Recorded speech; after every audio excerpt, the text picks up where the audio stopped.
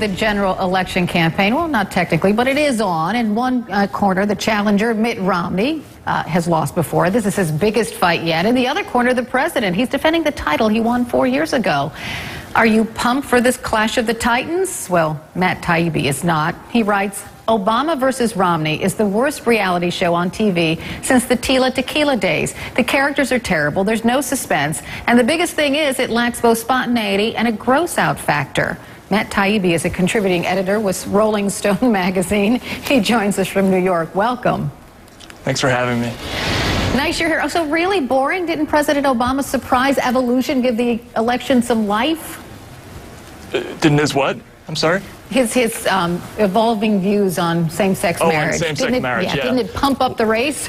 Well, if you notice, that was really Joe Biden who injected that little plot twist into the race. But yeah, I guess there's going to be a few controversies here and there, but really it lacks the same kind of thrills we had 4 years ago when it seemed like every week there was some new crazy controversy, from Reverend Wright to Geraldine Ferraro to to Bill Ayers. It was something like that every week, and we're just not having that this time. I don't think you can ever top the election of 2008. It was a fascinating race. Yeah, it was fantastic. Yeah.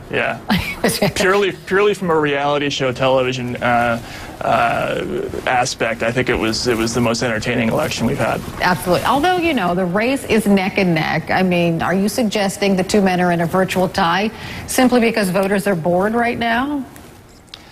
You know, I saw that poll. I don't believe it. I think I don't know any campaign journalist out there who thinks that Romney has a legitimate chance to win, and I'm not making a value judgment about either candidate.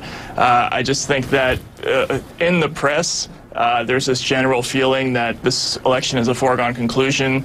You have a relatively popular incumbent. The economy is not doing terribly. And traditionally, especially the candidate who has a major fundraising advantage almost always wins. And Obama's raised a lot more money than Romney has. So I just don't think it could Romney win? Yes, it's possible, but I just don't think it's likely. And that takes a lot of the suspense out of the race. Yeah, but didn't you hear James Carville the other day? He said that many Democrats feel exactly what you just said, and that's dangerous because he thinks Democrats could lose. Yeah, that's possible, but one of the things you have to remember, and you know, I think we all in the media, we all get caught up in this, there are very few political taboos left in American journalism, but there are a lot of commercial taboos, and one of the big ones is you can never say that something is a foregone conclusion. It's our job in the media to try to drum up interest in this. We have to sell advertising, we have to get viewers and get ratings, and so we can't just come out and say that this thing is over 6 months before it happens. So there's a strong incentive by all the pundits, including people like me, to come out there and say, well, this could happen, that could happen, Romney has a legitimate chance. It's just a subconscious pull that works on all of us in the media that drives us to make those kinds of comments, I think. Okay, so you're making me really depressed, so give me some redeeming value following this election in light of all you just said.